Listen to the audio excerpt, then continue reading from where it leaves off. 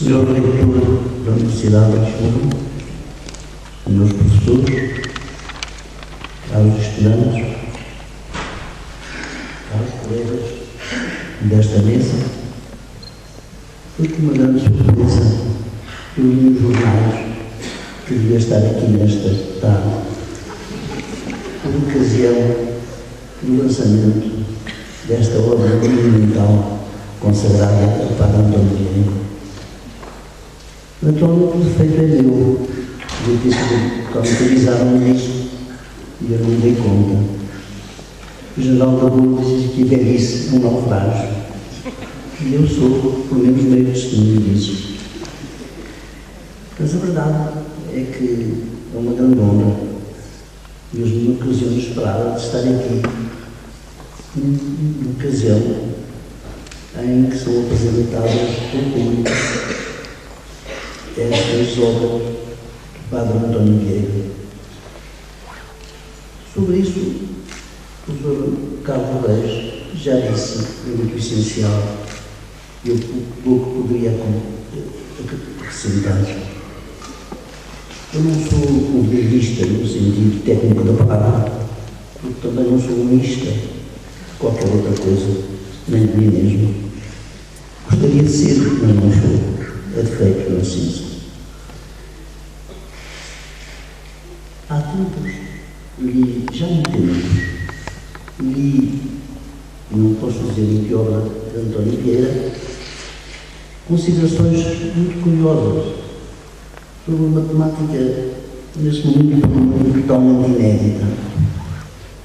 Não sei se é uma dessas obras últimas dele, foi claro isso, ou da história do futuro, que só por os títulos são umas obras realmente sem comparação com qualquer outra, em vários domínios, que a consciência, a ciência que se tem do que foi o nosso passado, enquanto passado de criadores na ordem literária e outras ordens, mas sobretudo na ordem literária.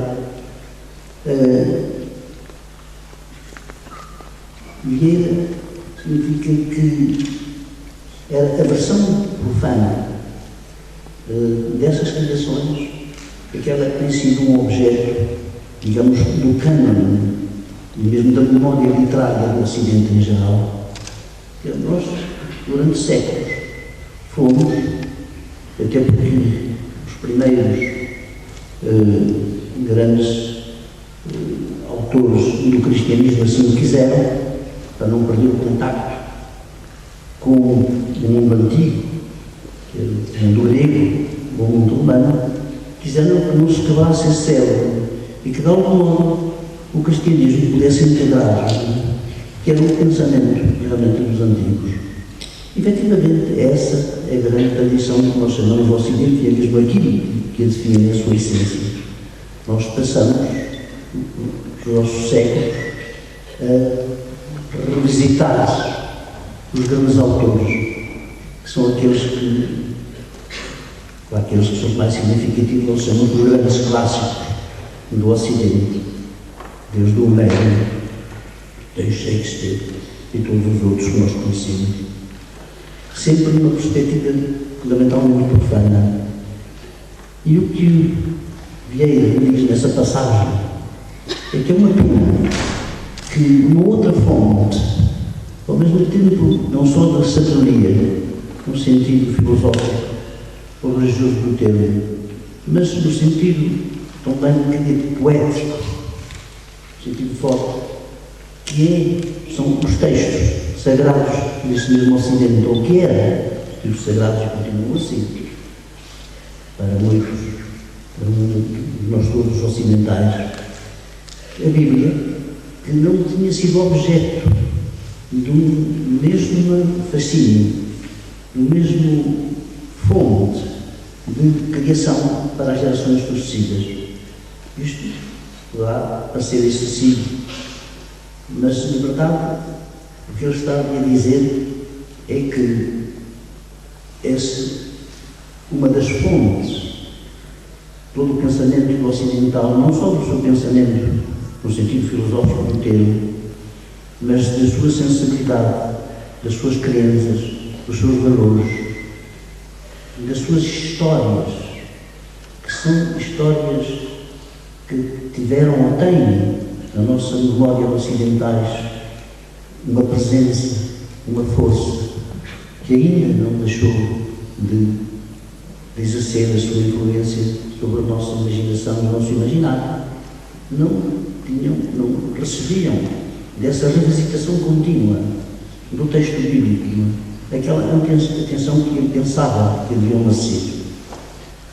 Ora, é verdade que durante séculos a Bíblia, quer no Antigo Testamento, quer propriamente nos textos evangélicos, foi objeto de comentários sem fim.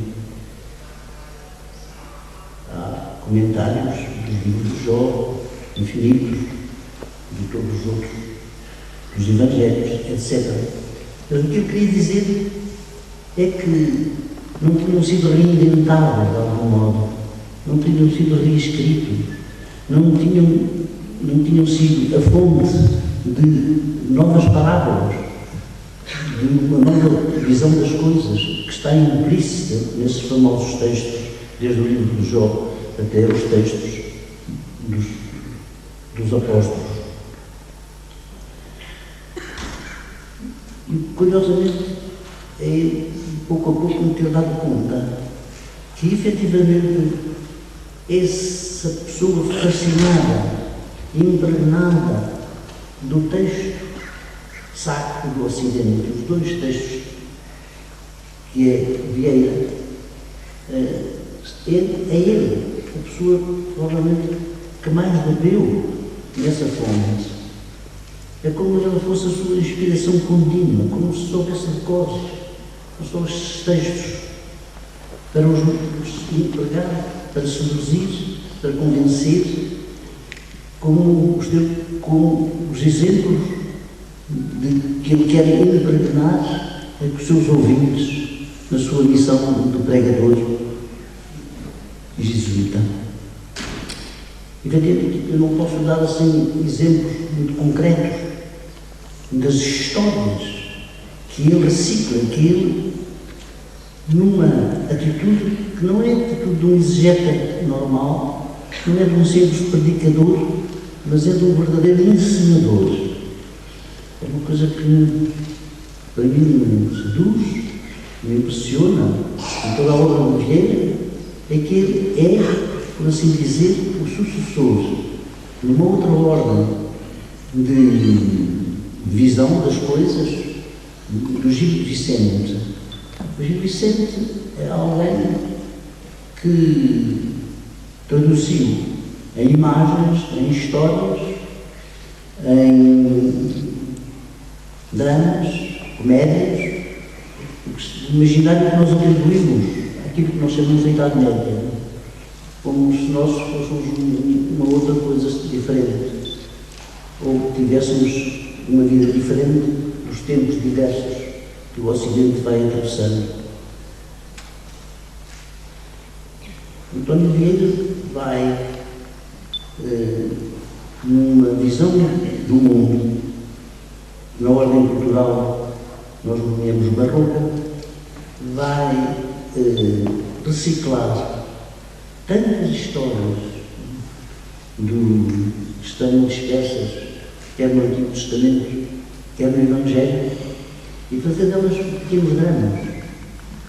E, por isso mesmo, eu penso que ele devia ter, além do seu fascínio e carisma de pregador, que tornou célebre não só em Portugal, no Brasil, onde exerceu as suas missões, que tornou célebre na nossa memória, tinha essa capacidade de representar o que isso significa, quer dizer, dar a ver de maneira viva como o fazem os dramaturgos. E é por isso que não me surpreendeu muito que os professores brasileiros que nós vemos aqui no ecrã referisse entre os seus três grandes referências nítidas para ele, Shakespeare, Cervantes, o nosso Vieira.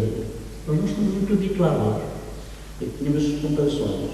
Isto é um pouco também a paixão que os brasileiros, em particular, têm por alguém que eles sabem que foi brasileiro, ao mesmo tempo português e brasileiro ao mesmo tempo. E, portanto, têm um culto muito particular que os indivíduos porque sabem que foi realmente, até aos dias de hoje, uma das personalidades mais famosas que fizeram uma parte da sua vida realmente no Brasil e até a história do Brasil, enquanto colónia portuguesa está ligada, entre outros, à atuação extraordinária do embaixador, do orador, do guerreiro, porque é isto que ele foi, na defesa da Bahia, à figura de António Vieira.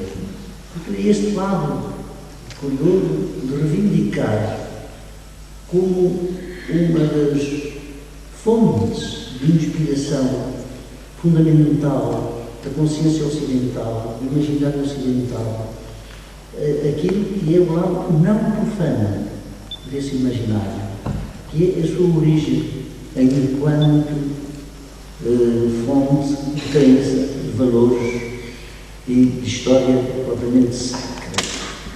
Portanto, há uma sacralização, efetivamente, de todo esse imaginário que atravessa pela Bíblia. E eu penso que é um pouco excessivo estar constantemente a ver António Vieira uma espécie de performance, na ordem da palavra, na ordem da batalha, que é notável, naturalmente, que é famosa, que é uma espécie de mecanismo verbal e incomparável, em todo caso, na nossa tradição. Mas, na verdade, António Vieira inventou essa maneira tão particular de pregar, através de parábolas, através de contos, através da reciclagem de tantas histórias da Bíblia, dos Evangelhos, para falar de outra coisa mais alta. A única preocupação ele só tem, não há nada que ele fala, ele só fala de uma coisa, fala da única coisa que não se pode falar. E dessa coisa que não se pode falar é que é o mistério dos mistérios do Padre António Vieira. Essas coisas é naturalmente Deus. Deus, o Padre, os místicos, se quiser, mas, por assim, do lado, como se ele inventasse uma história sublime aos quadradinhos, a história de Deus, para entregar o epíteto de José Reis, também alguém que se pode colocar na mesma tradição, embora sem as qualidades oratórias de António Vieira. É só isto. É que eu só quis dizer uma só coisa. A única coisa que nós não podemos dizer. E essa coisa, para ele, chama-se Deus.